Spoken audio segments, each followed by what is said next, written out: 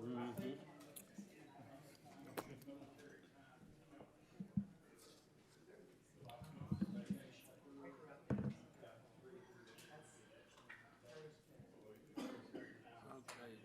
there you go. 6 o'clock. Okay. Good evening, ladies and gentlemen. Welcome to Washington County's County Services Committee meeting. Will the Washington County Services Committee please come to order? Tonight, our prayer and pledge is going to be conducted by Justice Ricker. Thank you, Justice Ricker.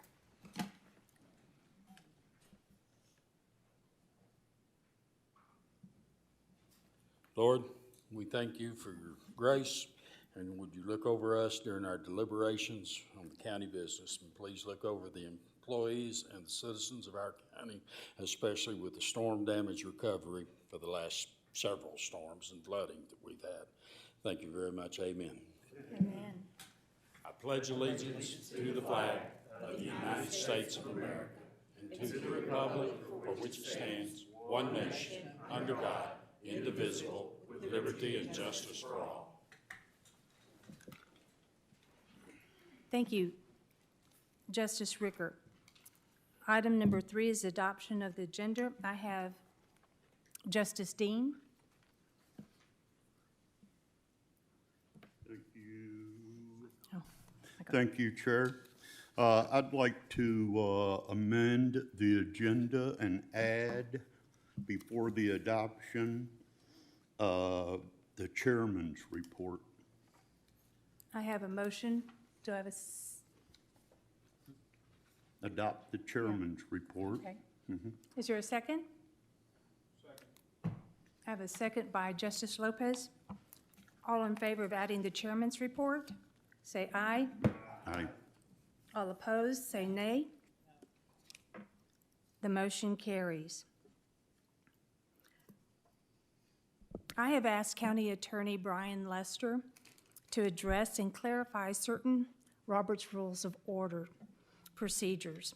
I believe that in doing so, this will help us move together unitedly and harmoniously to a brighter future and brighter county services meetings. With that, I have County Attorney Lester. So at the last meeting, I was not present for. I think there was some confusion and some issue, and I got a letter from J.P. Koger's attorney regarding some improper procedure. And so I just want to address a couple of things. A point of order is when a member believes that the rules of the body have been violated. Okay, that's what a point of order is. It's not for requesting a roll call vote or any other matter. As a member, you can request what's called a division of the assembly, which requires a vote by standing, by rising. So the people that vote yes rise and they sit down. People that vote no rise and sit down. We've gotten to this issue where there's a lot of calls for a roll call vote. And under Robert's rules, a roll call vote must be made by a motion. Okay, now in the quorum court meetings, because of state law, there's a state law that says before the final passage of an ordinance or resolution, the yeas and nays must be called and recorded, which is why we call the roll. I will say prior to my time as the county attorney and parliamentarian of the quorum court, those were recorded on ordinances by the number of people that voted yes and the number of people that voted no. We made a change back in like 2018 in order to provide more transparency to the public when they looked at ordinances, that we actually record the members that vote in favor and the members that vote against on the ordinance. It was always in the minutes, but we record that now in an ordinance so that somebody doesn't have to find the ordinance and then go back and find the minutes to see how everybody voted. And so someone can go and look for that. But as it turns out, a roll call vote cannot be ordered in a committee of the whole. That's a Robert's rule.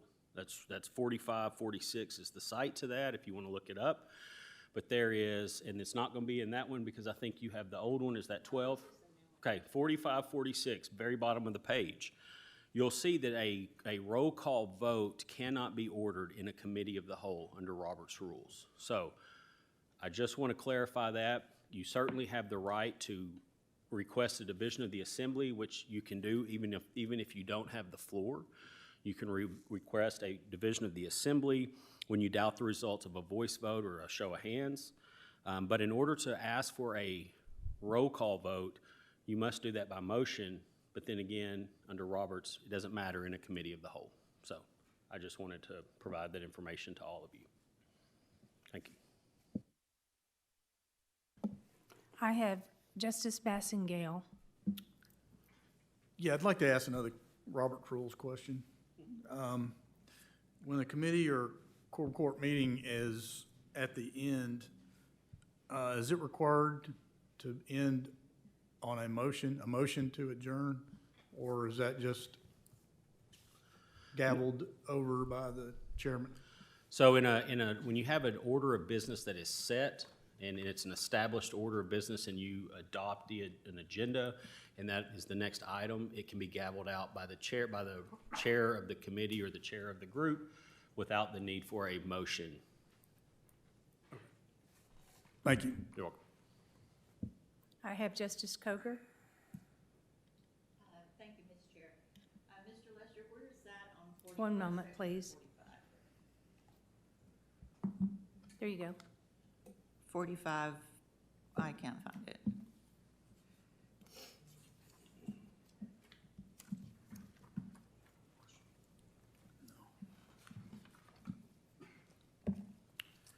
So it's 45, 46. That'll be on page 398. If you look at the very last sentence on page 398, it says, "A roll call vote cannot be ordered in committee of the whole." Okay, I'll get back to that, but I just want to point out, make sure I understood you correctly, Mr. Lester. When you're talking about we record the votes and people can go back and look at the minutes, that's true. We record them, but only in the full quorum court meetings. We don't call them in committee meetings. Correct, and you will find if you read through Roberts that that's not technically proper procedure to call for and record individual votes. Committee meetings are different than the meetings of an actual assembly. There's a lot more formalities that go on. Your minutes are different, there's a lot of differences. And so a committee meeting is not meant to be as formal as a formal meeting of the body that can make a legislative action. And so with that, you're exactly right. The state law requires that the votes, the yeas and nays, are recorded before the final action. That's a state law. It differentiates from Roberts. That's why we do it that way. Okay. Forgot what my question was. So are you saying that, say we're in this committee tonight and the chair calls for yeas and nays, and I think that it's not clear how that vote went, I can't call for a roll call vote? No, you can call for a division of the assembly. And I stand up to do that? No, you do it just like you would do a point of order. You don't have to have the floor. You can request a division of the assembly, and the chair then must call it again and require those in favor stand up. Okay. And then those opposed stand up. Thank you. I may have questions for you later on, but that's all now. And if this body doesn't mind, rather than standing up, we can just, it's called the show of hands. We can do a show of hands. They're different. They're different, so you have to Yep. stand. Yep. All right. You be prepared.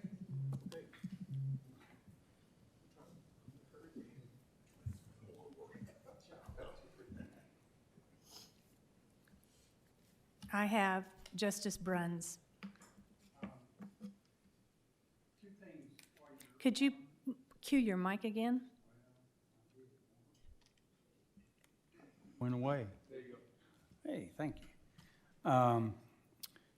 If we're in the middle of trying to discuss and then vote on an amendment toward the end of the meeting, and a member asks to bring something else up after this vote, do we just skip over it if we want to, or can the chair just skip over it, or?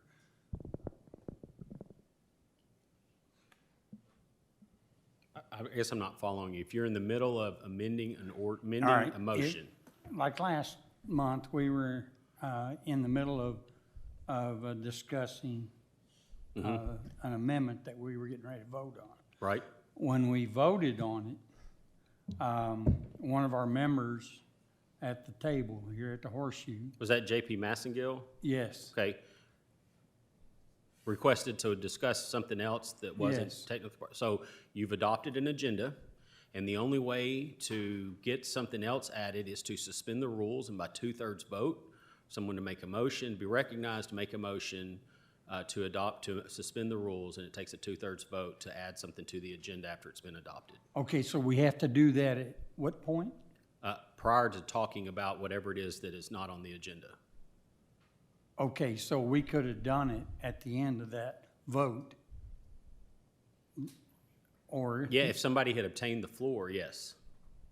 And the chair is the only one that can give someone the floor. okay, Right. okay.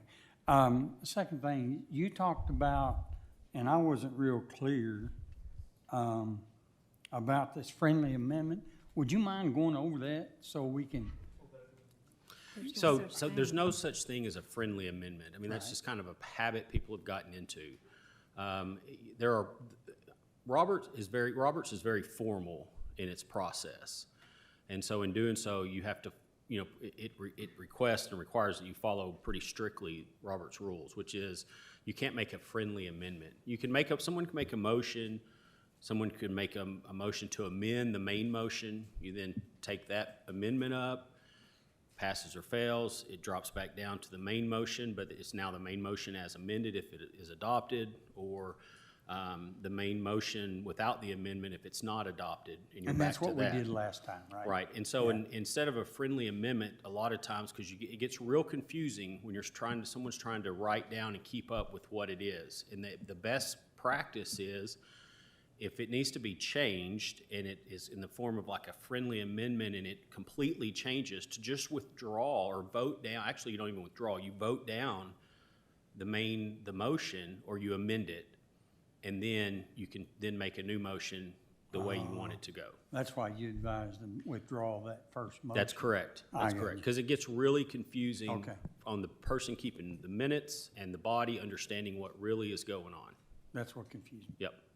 I would like to just encourage each one of you, when you get the agenda before our committee meetings, and you read through whatever is being proposed, I would like for you to write down what your amendment's going to be. It's very difficult just to say, I'd like to make an amendment because I don't agree with this one or that one or what.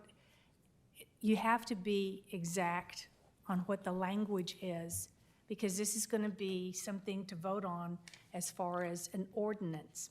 So be prepared, have it written down, and be clear on what your amendment is. It's very confusing to figure out what you're thinking. And I know that J.P.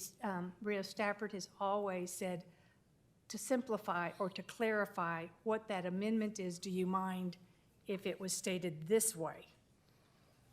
Even that is an improper motion, a friendly amendment to the amendment. So be clear on what your amendment is and have it written down, if we could, please. Okay, are there any other Robert's Rules of Order that you would like to discuss? I have Justice Coger. Thank you, Ms. Chair. Just to be clear, when you say we should write down the amendments, and just bring that with us to the meeting, we can't share that with other JPs, can we, before the meeting?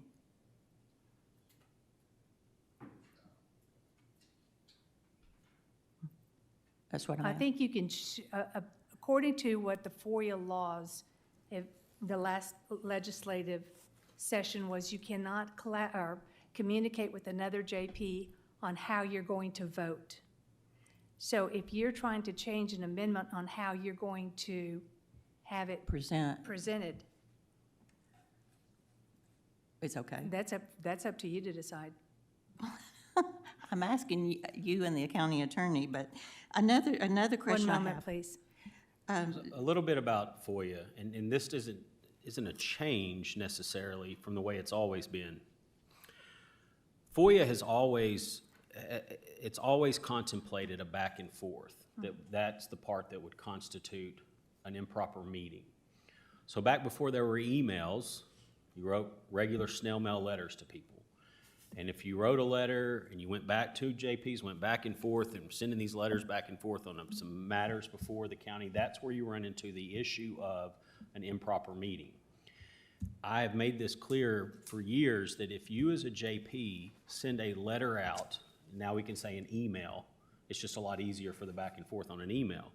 But if you send a statement out of your position on something and you're not asking anybody else for their opinion, you're not asking them to vote your way, you're not asking any feedback, you're saying, hey, this is where I stand on this, that doesn't violate FOIA.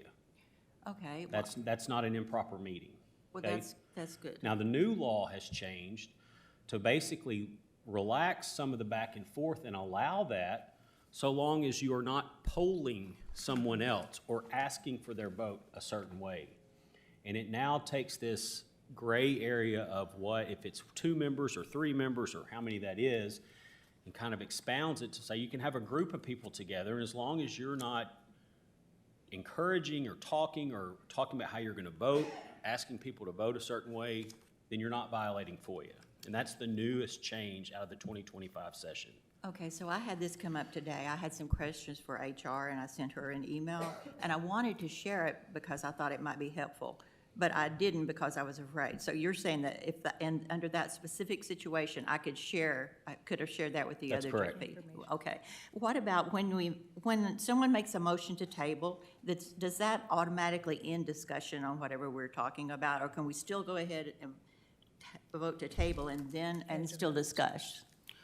A motion to lay on the table is not debatable, okay? So a motion to lay something on the table is not debatable. It ends discussion until you vote on the motion to table.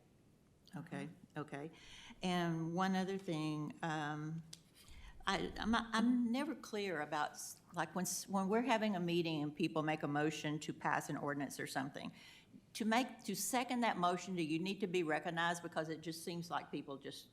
No, as a matter of fact, under Roberts, you don't necessarily have to be recognized. And if someone seconds and they're not recognized and you proceed on with that, it's basically deemed as waived. You can't come back and say, well, that was never seconded. And there's rules about it in Roberts that say even if you don't get a second and the body continues on as if it got a second and moved on, because the body didn't stop it, then it's presumed that it's okay and it'll move forward, and it's kind of like water under a bridge at that point. So you don't have to be recognized by the chair to second something, a motion or ordinance? Not If the body necessarily, moves no. forward. Okay, you said not necessarily, and Ms. Chair, what did you say? I didn't hear. I mean, the chair usually asks for a second Yeah. and doesn't wait to recognize someone. Just Okay. says, is there a second?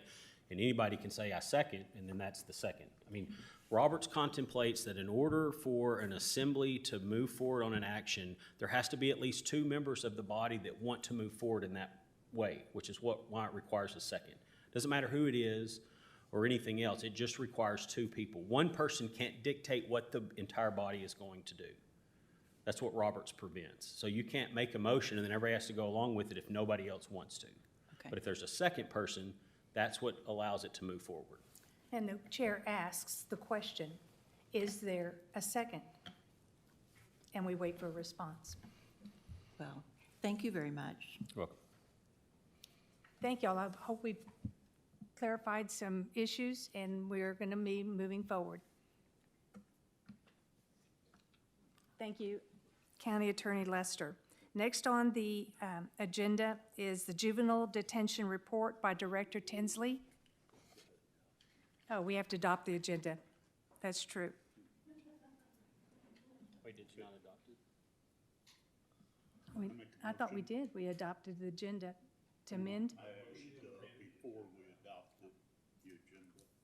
A motion to adopt the agenda by Justice Dean, the second by Justice Dennis. All in favor?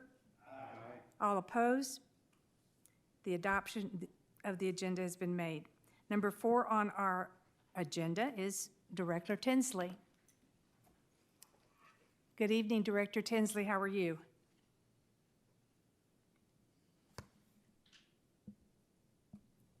I'm great, Madam Chair, and good evening to the County Service Committee members. Here's the JDC monthly report for May 2025. In the month of May, we had 19 intakes, with the average length of stay being 44.24 days. The average daily population was 12.52. The highest number of intakes were aggravated assault on a family or household member, felony at 2. Of the 19 intakes from Washington County and Madison County, 10 were from the Division 3 and 9 were from Division 8. There were 3 total transports. 1 transport was performed by the Washington County Sheriff's Office, 1 from the Benton County Sheriff's Office, and 1 transport was performed by the Washington County JDC. Are there any questions that I may address at this time? I have Justice Bruns. Yes, sir. I just had some questions, and by the way, you do a super job. Thank you, sir. I appreciate it. My staff does a tremendous job. I I'm just there understand. to- I understand. And I don't know what sheet it is, Yes, sir.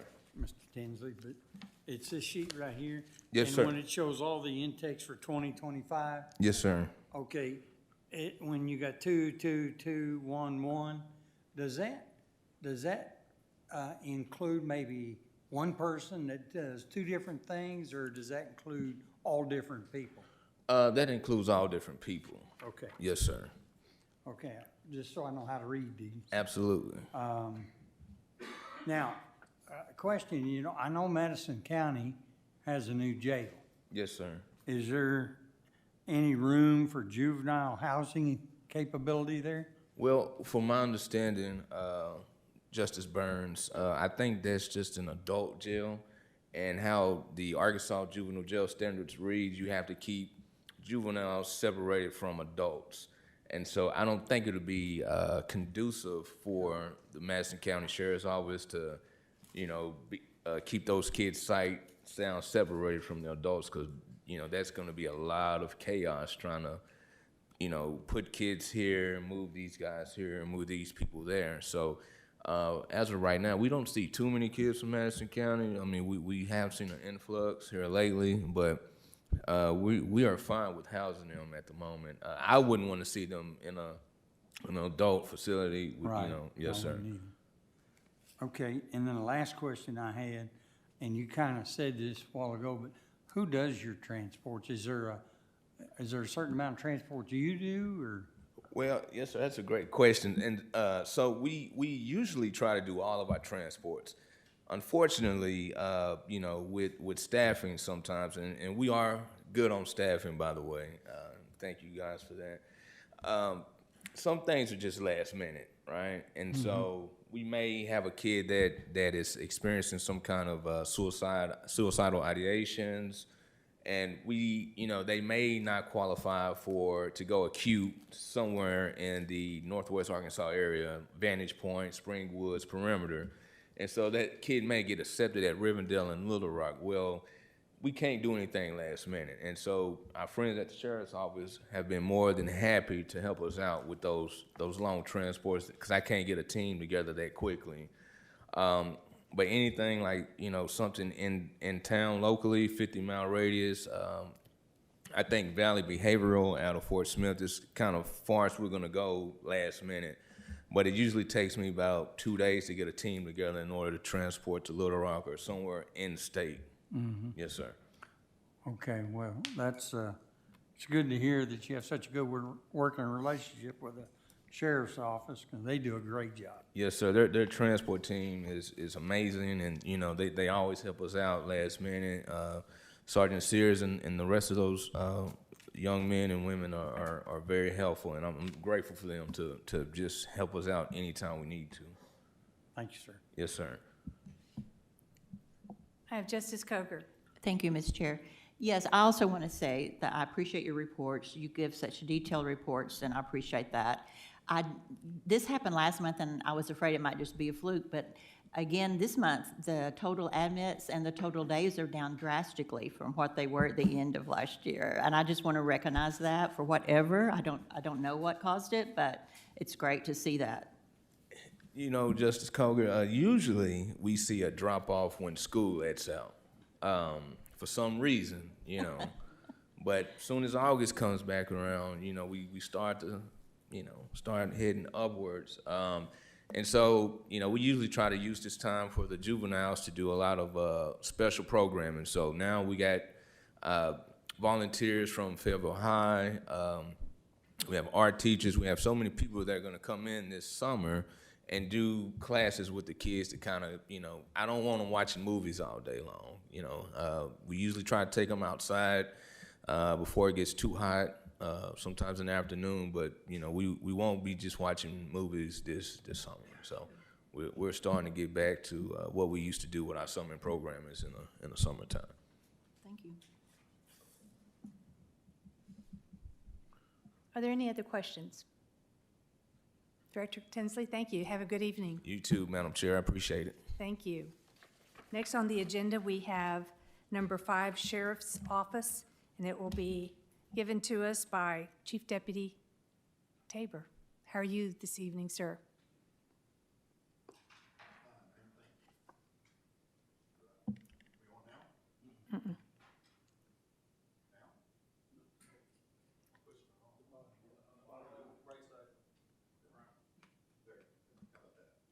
Pushed everyone but the right one. Thank you, Chair. Good evening, everyone. I'm filling in for the sheriff, as you can see, so if you've got questions, please make them softballs, and I'll try to do the best I can. So hopefully you have our monthly report in front of you. The only thing that I noticed that's remarkable is line number 1 there, our calls for service. See a pretty marked increase in those calls for service compared to the same period last year. It's up about 21%, something like that. I wish I had an explanation for that, but I really don't. May have just been a overly busy month, or there may be a trend. I guess we can figure that out as the next months come along and see if it continues that way or not. And then I'll be happy to try to answer any questions you might have. Do we have any questions?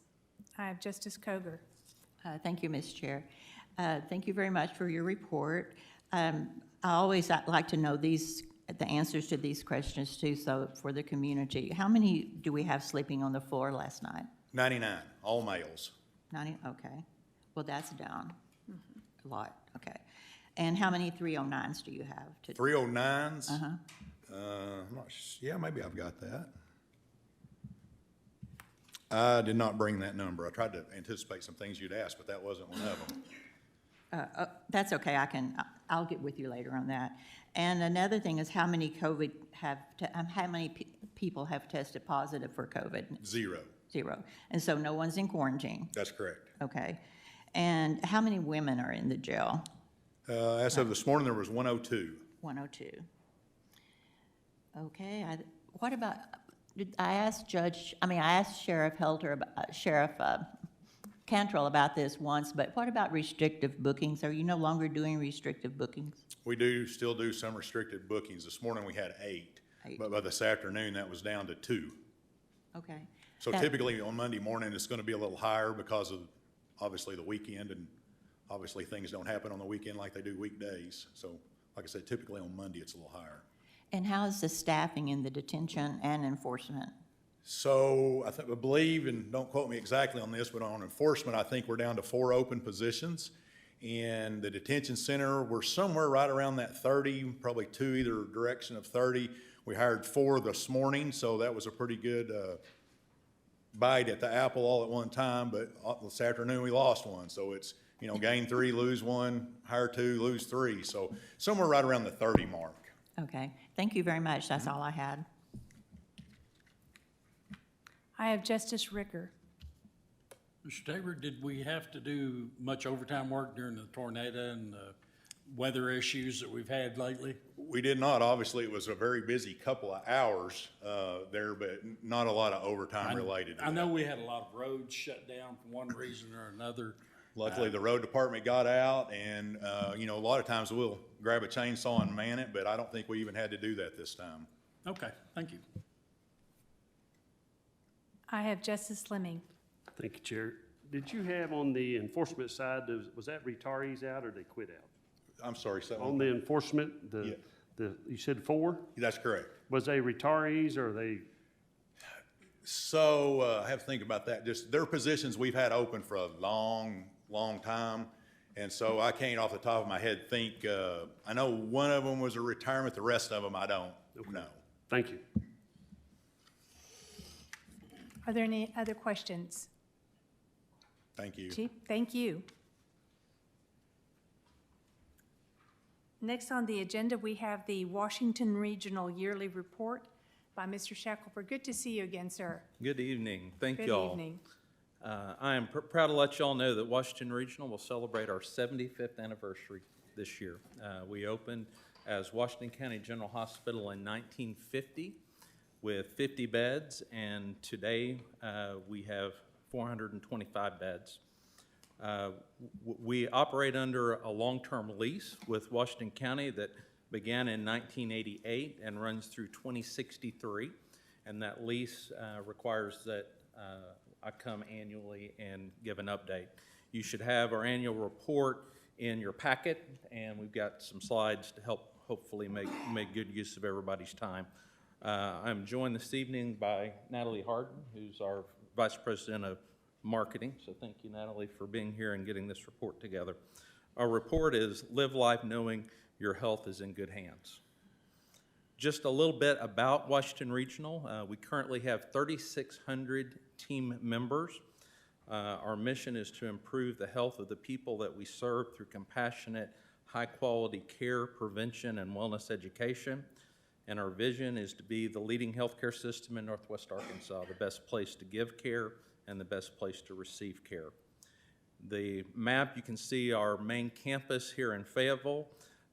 We have 40 clinic locations across North Arkansas, from the Lincoln area in West Washington County, including Springdale, to the north in Bentonville, Eureka Springs, Harrison, and Mountain Home. Just a bit about our volume on the next slide. This year we provided $26,421,452 of uncompensated care for, that is, since in the 15 years I've been at Regional, the highest in unreimbursed care. We provided 281,000 outpatient visits, 57,600 urgent care visits, and we're really pleased. This is the first year that urgent care visits are more than ER visits. So we typically see those happen at a much faster throughput time and at a much lower cost. So we've been very pleased with that. We provided 30,672 surgeries, 19,176 hospital inpatients, took care of 3,068 trauma patients, had 2,656 babies born at Washington Regional. Wow. Took care of 1,211 stroke patients and added 26 new providers to Washington Regional. Some of the key things this year, next slide, that we have been working on. You may have read about our efforts in graduate medical education. We have more medical students in Arkansas than residency spots. And when someone finishes medical school, they can't practice until that resident happens. So we have received some funding from Arkansas and have began new residency programs, and in the next 10 years we'll add 76 additional residency programs. We're also a level 2 trauma center. There are only 3 level 2 trauma centers in Arkansas, one in Hot Springs, one in Little Rock, and at Washington Regional. That means we provide trauma care for approximately 26 counties in Arkansas. As a part of those trauma requirements, we have interventional radiology, and we're the only health system that has interventional radiology available 24/7, 365 days a year outside of Little Rock. We also worked and opened a 6,500-foot sim lab. What is unique is that we can now train doctors, nurses, advanced practice providers all at the same time. Historically, that training has happened separately, then they finish training and you try to put them together as a team. And so we believe there will be great benefits in doing that training with all of those disciplines. It's always nice to be recognized by outside entities. The U.S. News and World Report publishes a top-ranked hospital report for the 4th year in a row. Washington Regional is the top hospital in Arkansas. It's a little different from some of the Reader's Choice type polls. This is actually based on levels of care, and we were ranked outstanding in 14 levels of care, which is pretty remarkable. In addition to that, we are ranked based upon our safety. There's an employer-based group called Leapfrog. They offer letter ratings, so you want to be an A-rated system. I believe there were 5 A-rated hospitals in Arkansas, and this is the 5th year in a row that Washington Regional has been A-rated. I want to touch base a little bit on our Centers of Excellence, our Walker Heart Institute, providing outstanding cardiology care. You can see listed several new technologies and advancements in the cardiology area. In the J.B. Hunt Neuroscience Institute, there are 2 components, a spine program, and we received this year from the Joint Commission an advanced spine certification, the first one outside of Little Rock. We also are a comprehensive stroke program by AHA, and we are the only comprehensive state program in Arkansas. Other centers of excellence from Joint Commission is our Total Joint Center. Our Women's and Infants Center includes a Ronald McDonald House that is located on the top floor of that building. And they told us this year when Ronald McDonald did their annual report, we had the highest occupancy rate of any Ronald McDonald House in a 5-state area. So that has been a great service for particularly moms with NICU children to be able to stay there in-house. And finally, our Pat Walker Center for Seniors. Some other specialized services include the PACE program, which is an all-encompassing care for the elderly. These are dual Medicare, Medicaid eligible, and that program includes their total cost of care. Our Washington County Hospice program includes the Willard Walker Hospice Home that is located on our campus. This past year, we have a patient experience department, and we have folks that round in our hospital every day, talking with patients, trying to understand if we have not met expectations, how we can correct that, not after they get home, but at that time. And then our practice transformation department, helping us move from how we have always done medicine on a fee-for-service to more of a value-based reimbursement. I guess, I would overall characterize this year as very positive for Washington Regional, but did want to let you know that hospitals across Arkansas are really having challenges. This past month, there was a report that 70% of Arkansas hospitals could not cover the cost of care they provide with the reimbursement for patient care that they receive. What happens when hospitals can't cover their cost of care, then services are often discontinued.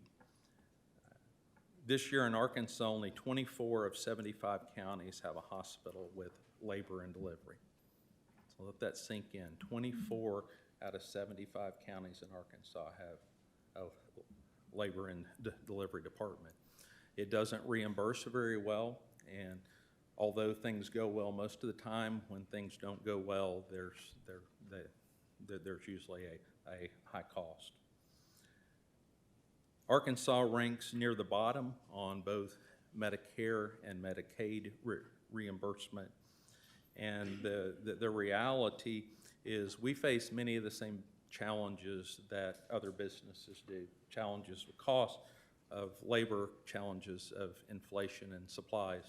Unfortunately, most of our reimbursement is fixed. So when those costs happen, there's nothing in the short term that can be done to offset that. So we are very blessed to be in Washington County. I think we're very blessed to have the hospital that Washington Regional is providing the care that we do. And thank you to the county for your support. And I'd be happy to answer any questions.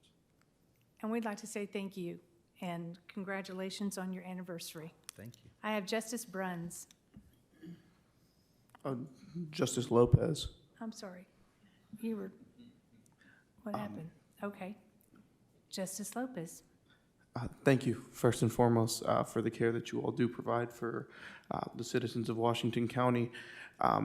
As medicine seems to be changing, I do hear about things like telecare and, increasing access for rural communities around, getting health care. Where does that factor into, your goals as a hospital, but also kind of your business model? Is telecare something that is sustainable for you all to do at scale? Prior to COVID, the amount of medicine delivered through tele or video care was very small. I think we showed in a very short period of time how we could implement technology, and that is a significant portion of what we do now. In particular, with specialties that are not very readily available, to be able to provide going to an office in a rural location and that provider being able to connect through video with a specialty provider works very well. From a business model standpoint, unfortunately, there's many times that for a televisit, there's not any reimbursement. If video is included, there's some reimbursement, which allows us to cover our cost. But in terms of able to reach multiple people in that venue, it's something that's been very helpful. Has it been an effective intervention in the experience that you've had for patients' care, Yes. the access? I don't think there's any substitute for in-person care, but as something additive and something to be able to expand coverage, it's worked very well. And then just because I didn't hear it mentioned, but I do know that there is an informational side to what hospitals do, providing information and teaching people how to, preventative care for, lifestyle diseases. Is there anything that you'd like anyone who's watching to know, or just this court, that there are things that we should be supporting or on the lookout for? Yeah, that's something in terms of primary care, that information that's really important. And there are many plans that are now providing primary care physicians or advanced practice providers the ability to be paid a care management fee, particularly if there are chronic medical conditions that are engaged. And so we, in all of our primary care clinics, have nurses that are working with those patients and able to keep in more regular contact with them. And that's really a big part of our mission. It's not fixing folks when they get sick, but it's trying to help keep them well. Thank you so much. Now I have Justice Bruns. Mr. Shackelford, I just want to make this public, that for coming from a guy that's had 15 ER visits in the last 2 years and 6 in-hospital stays, like the last time when you came to my room and asked me about complaints, I could not give you not one complaint. And I do appreciate you, I appreciate your staff, and I do appreciate the facility. It is remarkable. Thank you. Thank you, sir. We truly have a team of mission-focused providers, and they're at the tip of the spear. We don't get it right all the time, but I will tell you that mission of trying to keep people well and when they're sick, make them better is what keeps us going. Great questions. Are there any other questions? Thank you Okay. very much, and Y'all have a good evening. congratulations. Thank you. Okay, next on the agenda is the Community Rebuilding Initiative report by Nick Robbins, and I'm very excited to hear, or looking forward to hear what Nick Robbins has to say about what is going on at the Community Rebuilding Initiative program. Good evening. Hey, good evening. Thank you so much for the opportunity to come and share, and thank you again for supporting this project. I'd like to think that we're a small part of getting folks off the floor, so that's what we're trying to accomplish. So, what you have in front of you. I'll wait a minute for everyone to get it.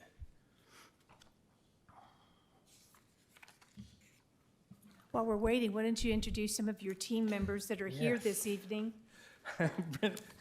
Brenda Stringfellow is my Director of Operations. Christine Coleman is the Program Manager for CRI, and Jeffrey Nickerson is the Director of CRI. And then Bill Usry, who you all know, is one of my board members.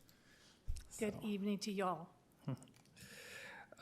So we accepted our first group of clients on 4/29. We had promised to get it done in May, and then I got really excited. We started a couple days early.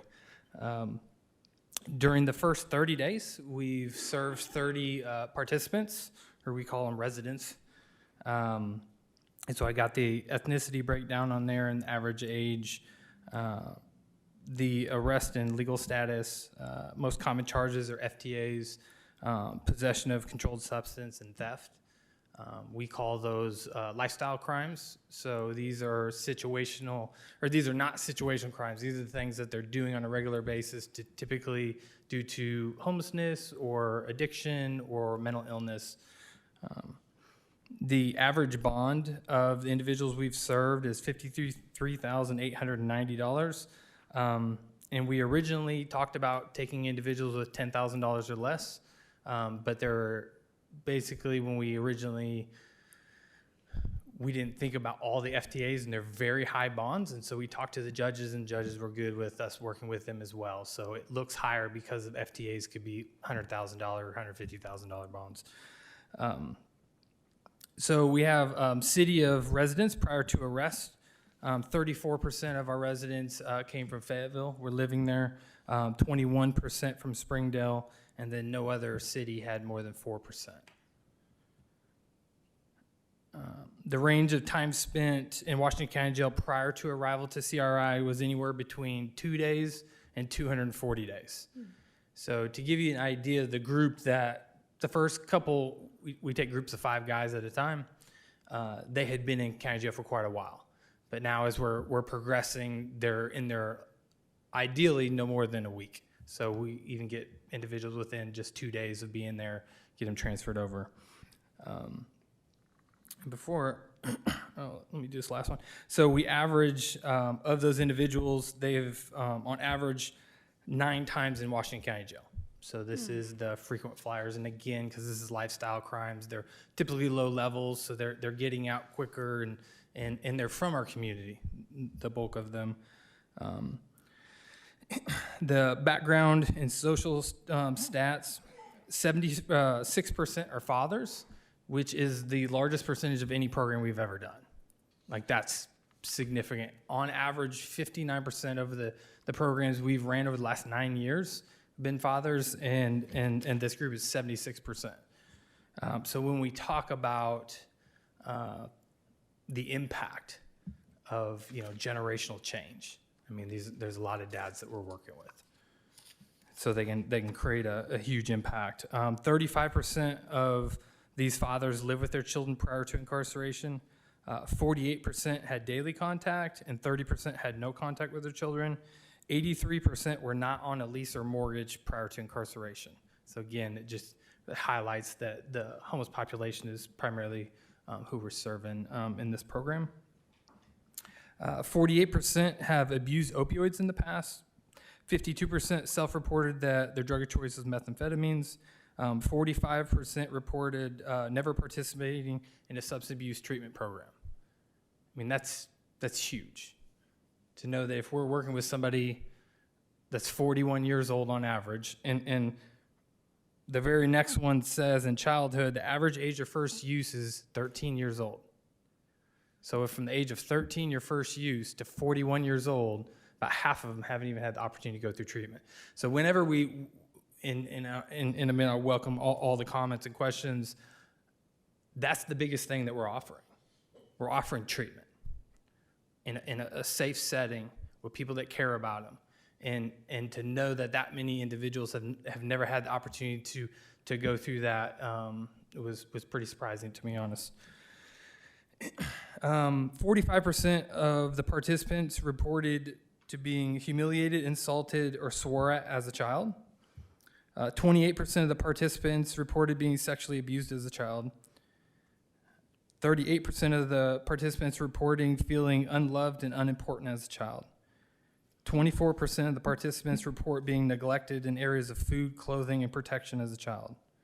76% of parents or participants had parents that were divorced or separated. 48% of participants report their mother or stepmother was physically abusive in their home. 69% of the participants report as a child living with someone who had abused drugs or alcohol. 25% reported a household member that was depressed, mentally ill, or had attempted suicide. 31% of the participants report having a household member go to prison. That whole section is why we're doing what we're doing. They're worth it. And they need the opportunity to understand what a healthy life looks like. They need to understand what it looks like to provide that for their children. Because this has damaged them, but at the same time, the cycle is continuing, as 76% of them are fathers. We are so grateful that you stepped up and supported this so that they have an opportunity to know there's a different way. I'm excited. Next week, we're actually, or is it this week? It's this week. We're having our registration for the first fatherhood cohort. So UAMS is going to be in the building.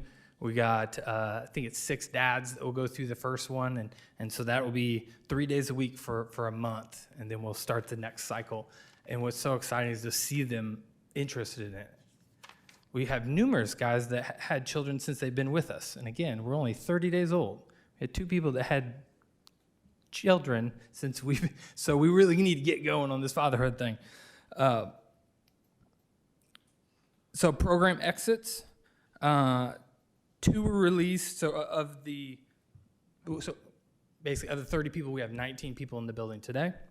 2 were released on probation. Both refused transitional housing services.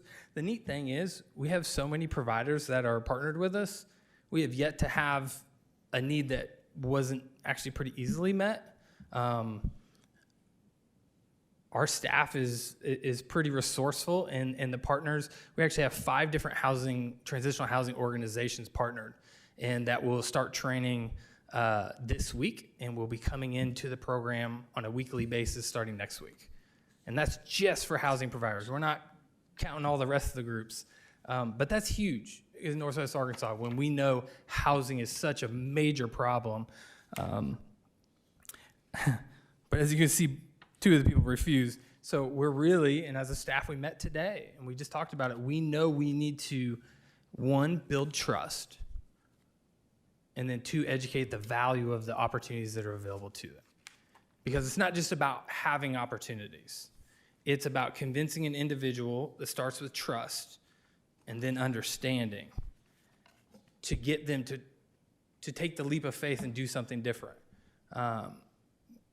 I had staff reach out to me today. They're like, how do we address this? We have guys that we're working with that we really care about, and they're going back to the same exact place with the same exact people and think it's going to be different.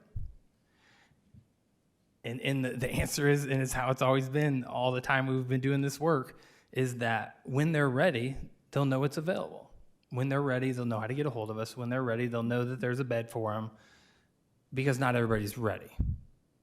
But we have a lot of them that are, and that's exciting. So 1 was sentenced to our community alternative program. and he's there. 2 bonded out, 2 cited out, 2 were removed from the program. 1 was voluntary, asked to leave, and 1 was removed due to behavioral issues. 1 was transported to another county, and 1 was had to go to ACC facility for, I think, like a 6-month violation. So that's kind of over the first 30 days, the amount of people that have cycled through the program, which is a lot when you think you just opened the door and you've already had 11 get out. So we think as we get further along and we're catching people at the very beginning, and we're not catching them on the 241st day, we're catching them on the 3rd day, then we'll be able to be with them longer, and we just see that there'll be a lot more outcomes on them participating and what's being available. But the biggest thing was to make those programs available, and so that's exciting. And the last thing before I leave you with is I've been doing programs like this for a very long time. And I'm not going to name any names, but I was a part of one of the programs that took over a prison, a 200-bed prison. And it used to be a boot camp. And so all the officers there were boot camp officers. And when we went there, it was horrible.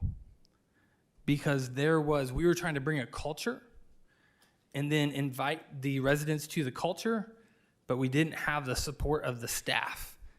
And the staff that are there 24 hours a day, 7 days a week, made it extremely difficult. And so it took a long time to build that culture. We have been very blessed with the support of you all, the support of the county, leadership, the support of the Washington County Sheriff's Office is absolutely amazing. When you talked about transport, I mean, from transport, like anytime we say, hey, go, we got a couple extra beds, go grab some more guys. And they're like, all right, we're heading over with them. So, I mean, everybody's just been so great. And we knew that this is different. You know, this is not what they're used to. And I've just been so blessed by the staff that are there 24 hours a day, 7 days a week. The officers are going, man, I love what we're doing here. And we have officers on a daily basis that are writing character awards because they're seeing positive behavior in the residents. So we got sheriff's office putting paper on people all the time. And then on Mondays, we get to hand that stuff out. You should see their faces when an officer wrote them up for being a positive part of the community that we're creating. And the guys there, it's been tremendous since the first 5 that walked in the door. We just kind of cast a vision, and then they were just on it. And they said, hey, how can we help? When somebody walks in the door, they all have a welcoming team. They created their own welcoming team to bring in the new guys. So as the new guys walk in, hey, we're going to show you the rules. This is very different from where you just came. Here's what you're supposed to do and what it's supposed to look like. We have guys that are lower functioning, struggle with reading and writing, and just on their own, guys have stepped up and, hey, I'm going to sit with him in class to make sure he has help. We've got guys stepping up to be translators. Like, they're creating their own community. And the structure of the therapeutic community really hinges on the individuals in the community. It's not staff-driven. That therapeutic community is driven by the individuals in there.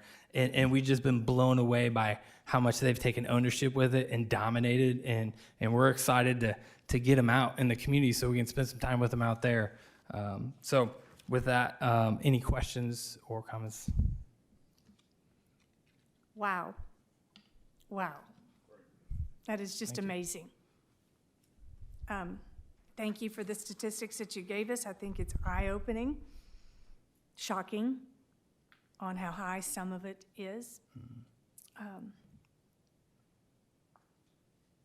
I personally, when it says childhood, 38% of the participants report feeling unloved and unimportant as children.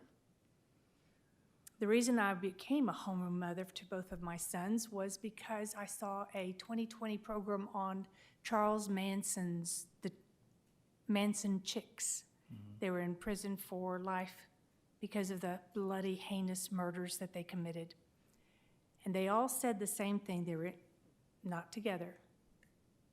That Charles Manson was the first man that ever told them that they were beautiful and that he loved them. And these were girls that came from upper middle-class families. 2 of them, their fathers were surgeons, doctors, so they were well educated. But yet they were easily persuaded to do what they did because nobody ever told them that they were loved. So I felt that that was my mission as a homeroom mother, to look at all the first graders, second graders, third graders, fourth graders, just in their faces. Georgette, I just remember, Georgette, you're beautiful, and I love you.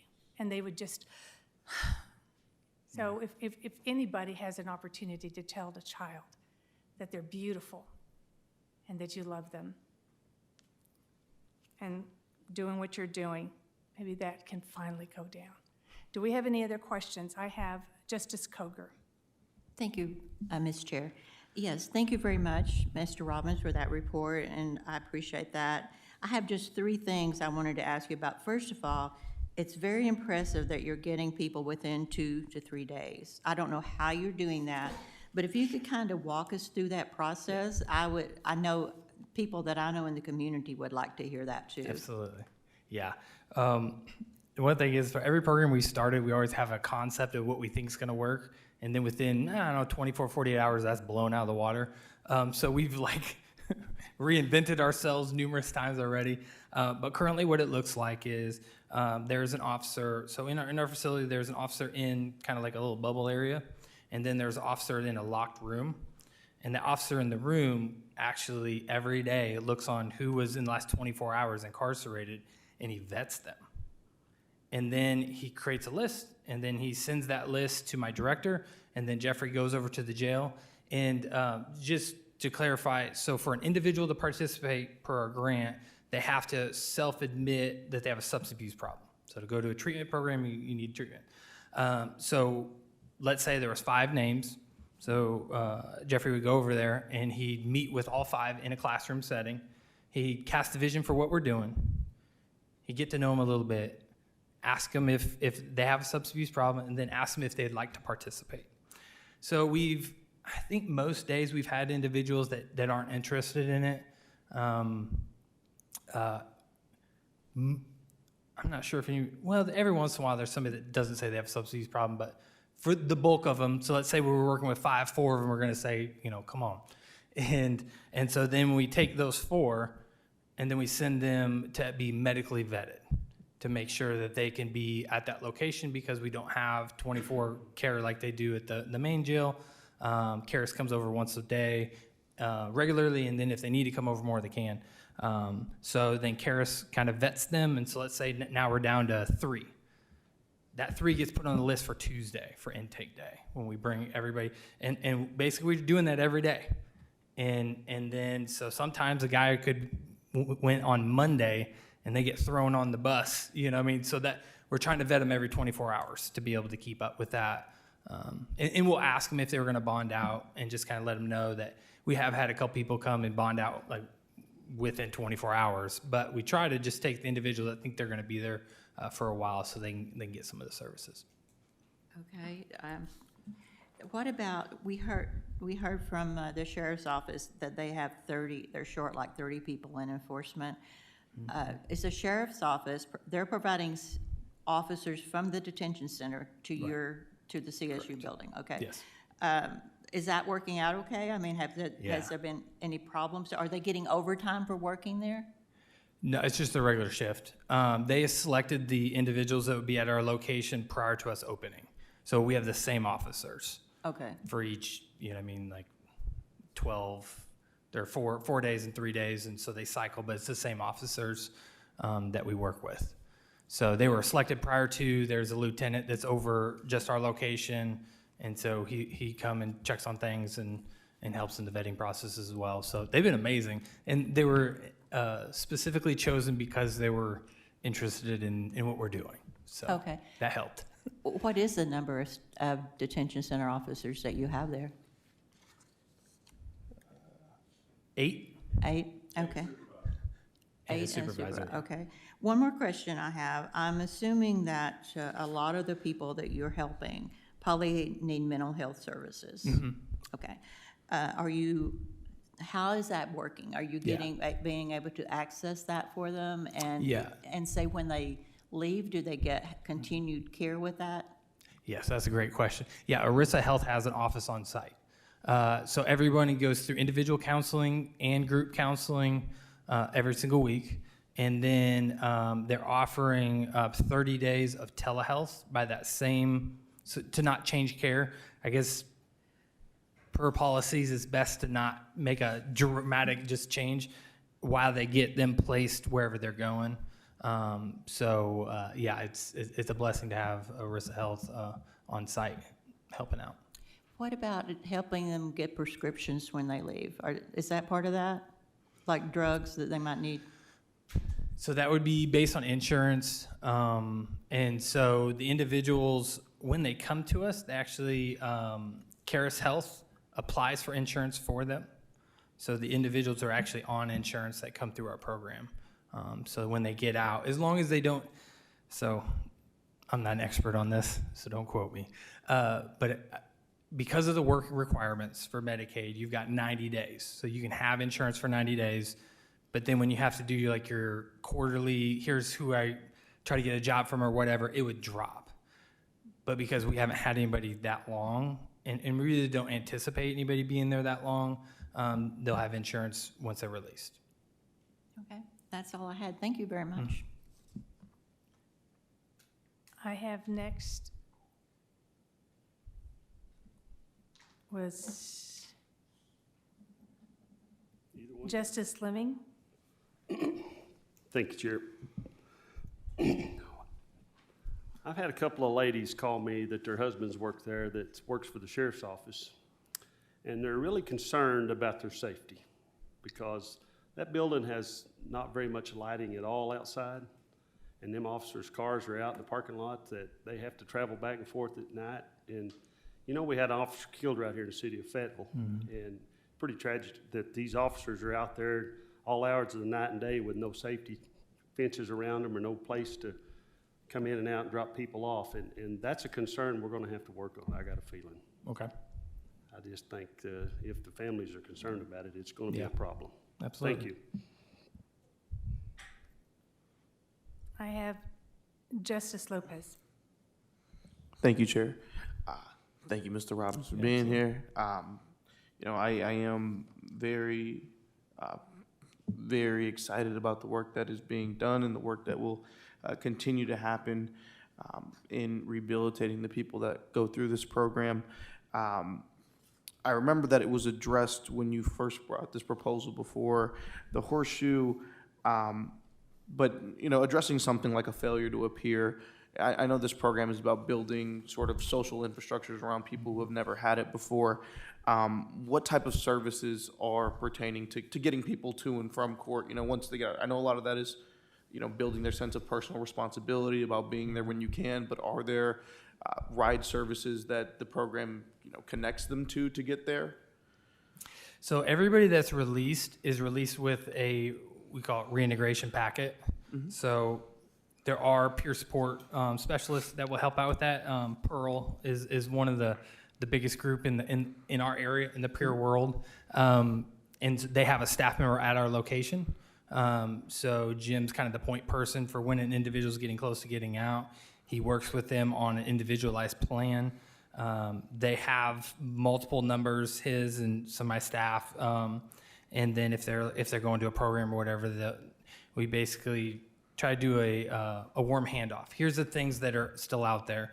And they all get released with a legal summary. So it says what district courts they have, what other circuit courts, and typically it's district because circuit, you're not going to get out until that gets dealt with. But definitely district courts and we reach out to the courts to find out what type of fines and fees and court dates and all those things. So they are walking out with the specific knowledge, and then there are contact points to where if they're needing help getting to or from or a specific resource is available as well. Thank you. Yep. Are there any other questions? Seeing there's none, I would like to bring up a board member, Bill Ussery, that wanted to also address part of this report that was being given. And we will remember. Thank you very much. My name is Bill Estrie, and I am on the board of directors with Nick. Get a little bit closer to the mic, And please. I'd just like to say how much that I've been working with these guys for about 2.5 years with returning home and some other guys in Springdale. teach a leadership class to them every week. And what I'm seeing, the guys that go through this program, is they're going from no hope to hope.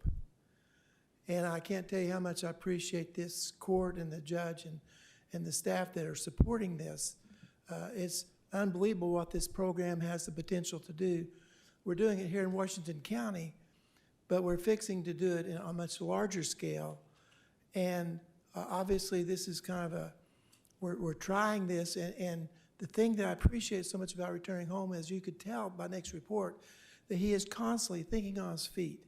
And I mean, I've been on the board of directors for 2.5 years, and we're trying to hold him back.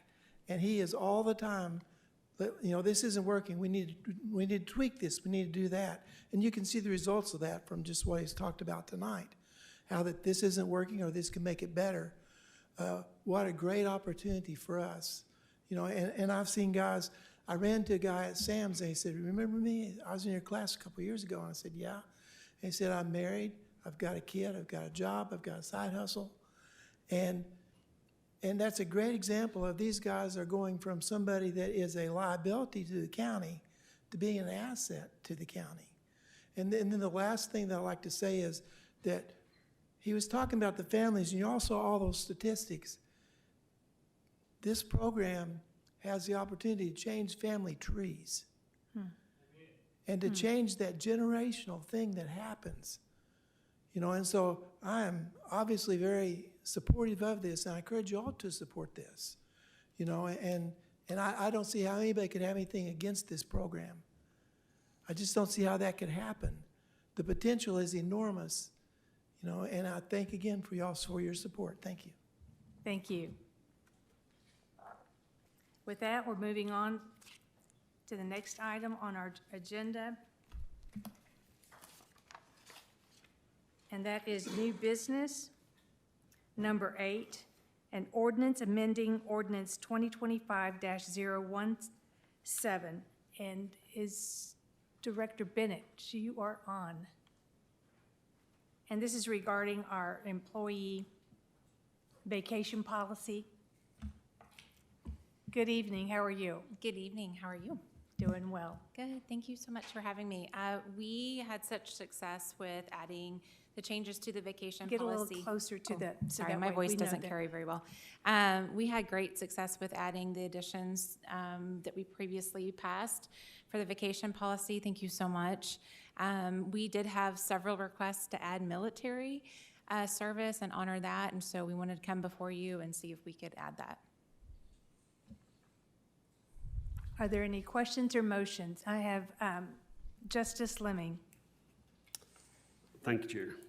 Just, could you explain to me what that really means to Washington County desires to add full-time military? So if you're full-time military, this If you have service with full-time military service, then we will honor that service in terms of your accruals for vacation time.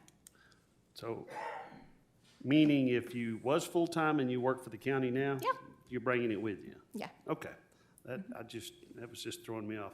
And let's go to line item 83, where it talks about employees are required to work their final days of employment to eligible for payout. That, I understand that, but if you have somebody that winds up in hospice, very sick, Oh, gosh. or they're, you know what I'm saying, it's a sick deal or something, and they can't come to work. If they just don't want to and something like that, I understand you don't get the Sure. final pay. And it talks a little bit more about the remainder vacation time and ability to medical reasons.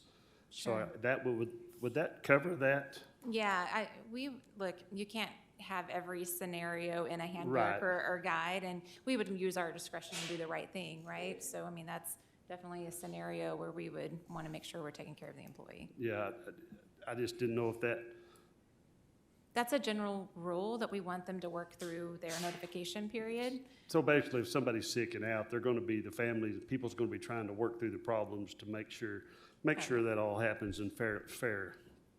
Yeah. Great question. Thank you. There was another one I was concerned about. I was gonna ask you, but I really have lost it. So I'll go on. Thank you. You're welcome. Are there any other questions? I have Justice Beth Koger. Thank you, Ms. Chair. So just to be clear, and thank you for the information you provided me. I've not had a chance to read it, but I will. So the only change we're making is the underlying part that adds the military to this, correct? Okay, well then I make a motion that we send this on to the full quorum court with a due pass resolution. I have a motion and a second by Justice Dean. All in favor? No, wait. Any more discussion? I have Justice Pond. J.P. Koger. Fastest gun in the West, right? Is there any public comment? Seeing that there is none, all in favor say aye. Aye. All opposed? The ayes have it. The ordinance passes on to the full quorum court with a due pass recommendation. Moving on to item number 9. It's all yours. Thank you so much. So with our great electeds, I just want to say a special thanks to the assessor's office, the sheriff's office. It has definitely been a group effort to bring this to you. And there were a couple of questions that I may go ahead and address just to kind of help. There were some questions around kind of who approves an ADA accommodation. That actually sits in my office, and the reason being there is a heavy burden in terms of whether or not we would approve an ADA accommodation.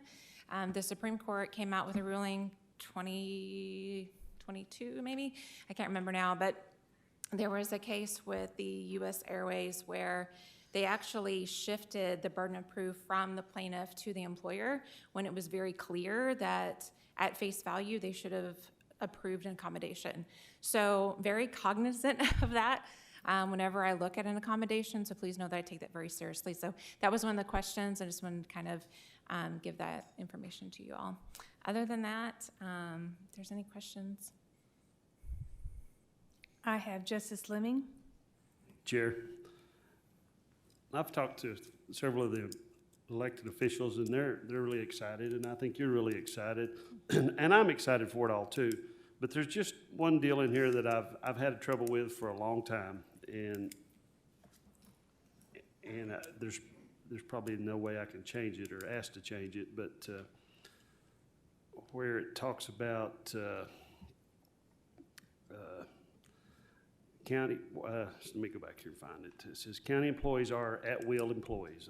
I understand that, and I understand you are to be able to get rid of them at any time you want to. If you come in not being normal, good citizens, that's what you got to do to employees. The termination at any time, with or without notice, and with or without cause. Provision is set forth in the personnel policy to do to guarantee fixed terms and conditions of employment. Does that really have to be in there? It's honestly, it's pretty much any Arkansas company, entity, you're gonna see that in there because we are at will. I think it just kind of covers them because the employees are technically on notice. I will say that I have a pretty strong opinion when it comes to terminations. I wanna make sure we're doing the right thing, training managers. I believe in really giving people a ton of grace. So again, I certainly understand and appreciate your. I'm gonna take your word for that. I'm gonna support you for that, and let's see if it works out for everybody. Well, I appreciate that. Thank you. Thank you, Justice. I have Justice Koger. Your second time to speak. There you go. Thank you, Ms. Chair. Yes, while you were talking, I was looking at some of the answers you gave me today, and I think it would be very helpful to share these with others, and I'd like to do that. But for now, have you had meetings with county employees? We have had a couple of people come up and ask questions about, can you add this? Can you look at that? Actually, one of the items that we removed was FMLA in the previous handbook. People were not allowed to continue to accrue sick and vacation time. And so what would happen, they come back from FMLA and they still have doctor's appointments, right? So they can't actually take off because they used up all of their vacation and sick, and then they don't accrue while they're out, and then they're in trouble whenever they come back. So we actually removed that from this handbook. So we definitely take back feedback and want to incorporate that. We are going to do some HR office hours to talk through some of the policy changes, benefits. We're always looking to improve and see what we can do better. So yeah, we're always listening. Okay. So I'd like to make a motion that we table this till the July county services meeting, just because I want to have time to talk to some more elected officials. I've only talked to 2. And also, I'd like to have the feedback from county employees, because this is a major change. Also, I have some amendments that I'd like to make, 2 at least, from what I've read from what you gave me today. But I'm not prepared to do that right now. So my motion is that we table this until the next county services meeting. Thank you. The proper motion is a motion to postpone, not table. If you would like to make that into a proper motion.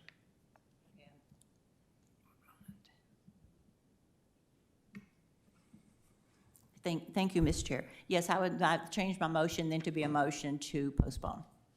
Thank you. I have a motion to postpone. Is there a second? I have a second by Justice Washington. This is debatable.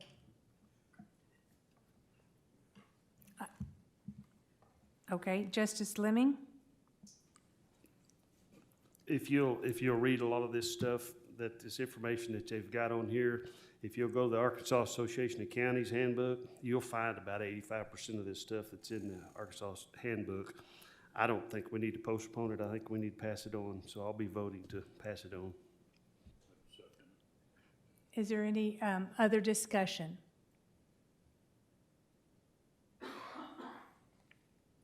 I'm not sure. Is there public comment? No, there's not. All in favor of postponement, say aye. All opposed, say no. No. The noes have it. That motion fails.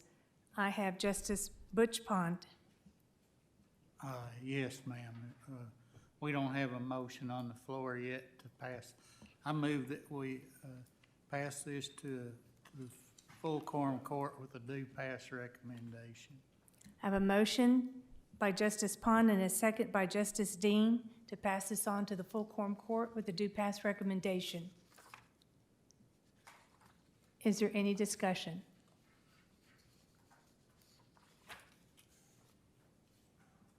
Any public comment? With that being none, all in favor say aye. Aye. All opposed? No. The ayes have it. Thank you all so much. Thank you. Item number 10 is a resolution to recognize the Arkansas 250 Commission. Do we have anybody to speak on this? Yes, please.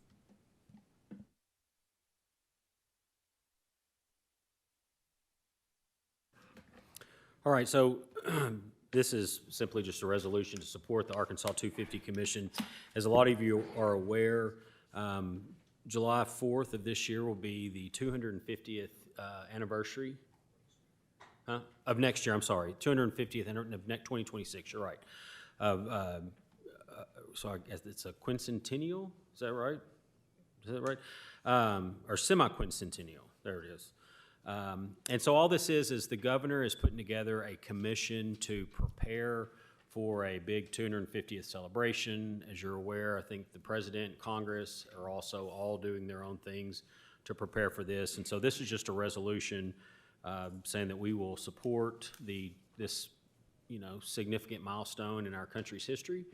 And it doesn't, bind us to do anything or anything, just, it's something that was a request from one county judge to all the other counties. And so Judge Deakins felt like this was a very worthy thing for us to do and to get out and support.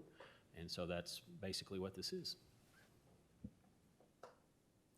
Okay, I have Justice Justice Dean, sorry, mic on. Yeah, I wanted to make a motion to move the sign to the full quorum court. I have a motion and a second by Justice Dennis. Is there any discussion?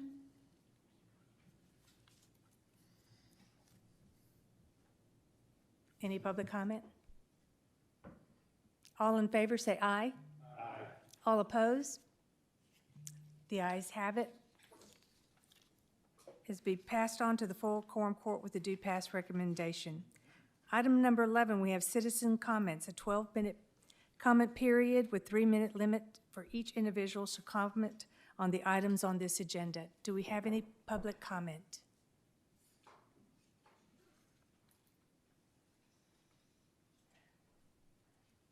Good evening, sir.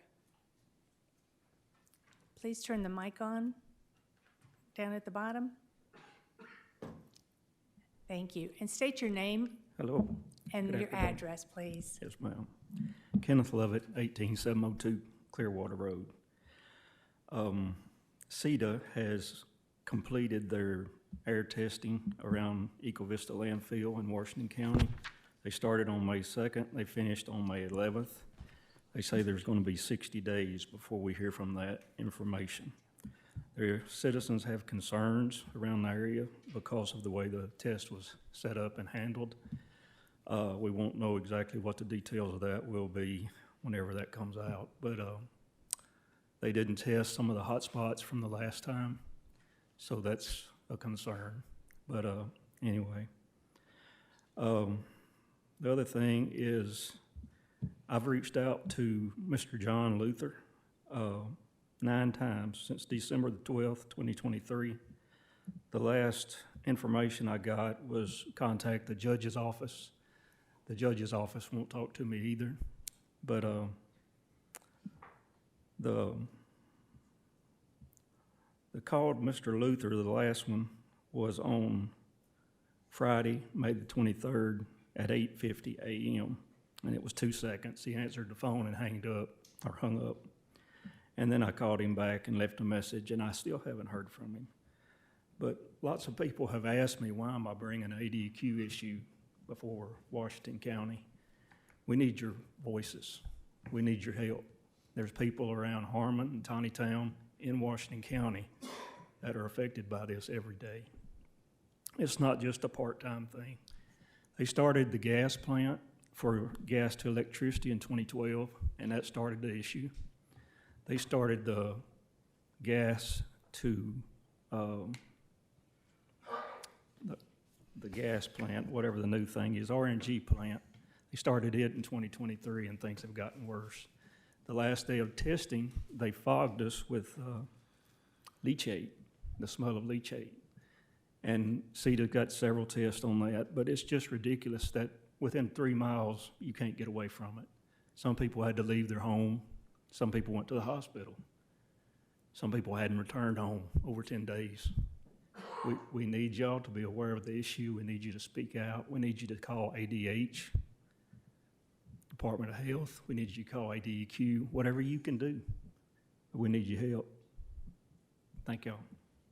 Thank you, sir. Any other public comment? I've got our assessor, Mr. Russell Hill. Good evening, sir. Hello, thank you everybody for your time. Russell Hill, Washington County Assessor. I put in front of you tonight, if you look at the piece of paper that with the blue, a lot of the blue ink on that side, that is the total market value of Washington County dating back from 1974 up to our last countywide reappraisal in 2023. And if you notice from 2019 to 2023, there's been a substantial growth in the market, unprecedented historical growth. And so in the past 7 to 8 years, Northwest Arkansas has seen this growth in real estate values upwards and over to 120%. Now, if you already own property, that's great news for you. You've made a very good investment.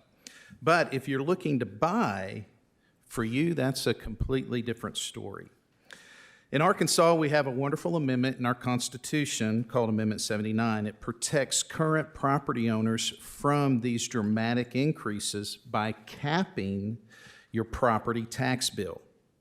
But when that property sells, the cap comes off, and often the unsuspected new buyer gets hit with that 120% increase. And it surprises to a lot of people, and it devastates them financially. And it contributes to a large problem to the affordable housing issues that we have in Washington County.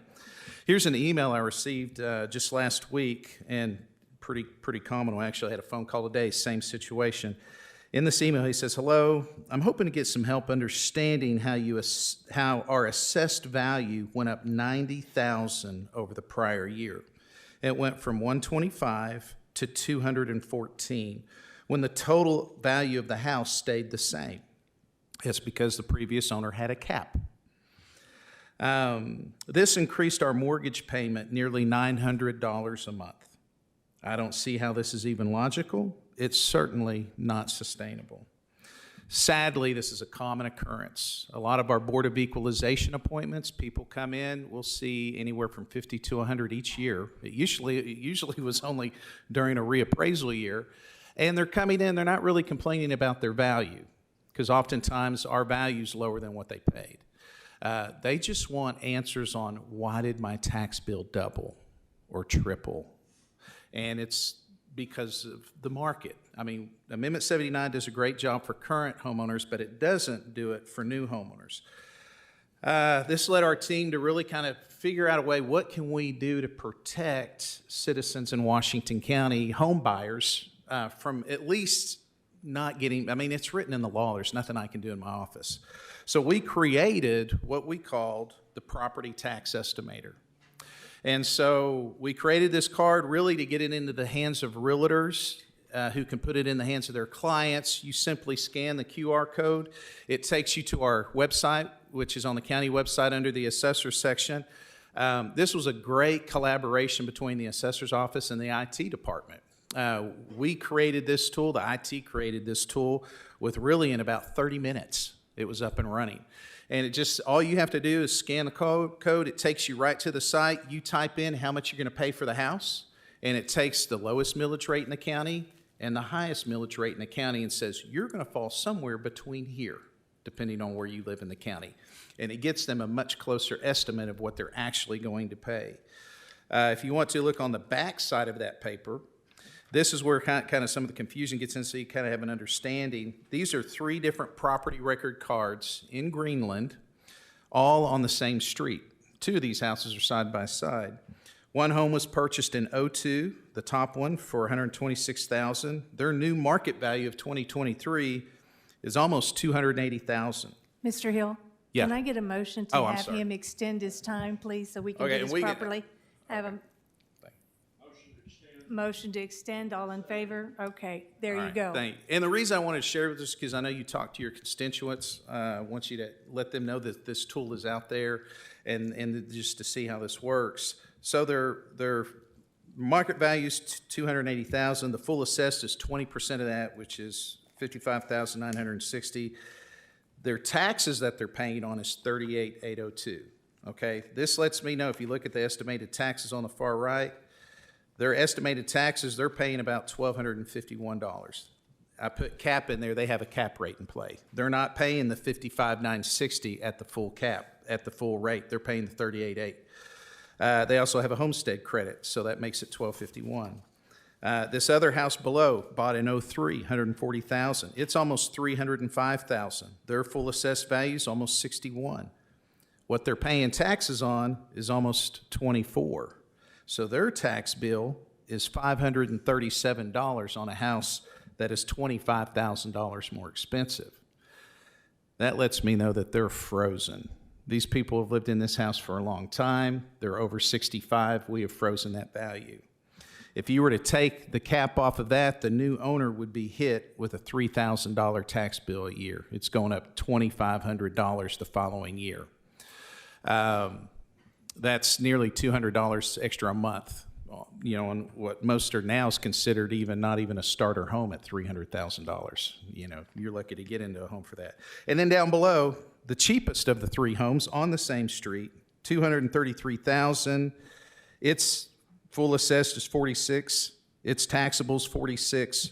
Their property taxes are $2,229 because it's at the full assessed amount. And they don't have a homestead. This is a rental home.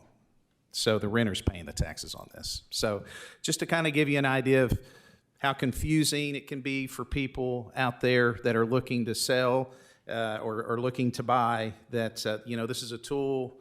I'm going on a big speaking engagement. I've got a meeting with the Northwest Arkansas Board of Realtors next week. I've got a meeting with Lindsay and Associates this week. I've got a meeting with the Arkansas Realtors Association to see what we can do to get other assessors to get this tool. This first I've known. I mean, it's just something we just kind of came up with. So hopefully this will be something that can help. And if you have questions from your constituents, you can point them to our office and let them know there's a tool out there. We're looking to turn it into an app as well. So when people are in the market, they can just download the app and have that forum, and then when they buy their home, at least they won't be blindsided. They'll know what's coming. So thank you for your time. Any questions? Thank you for your time tonight. Well, this is public comment, so Oh, okay, there okay. can't be, so you can ask afterwards if that's okay. All right, thank you. Thank you for the information. With that being said, this meeting is adjourned.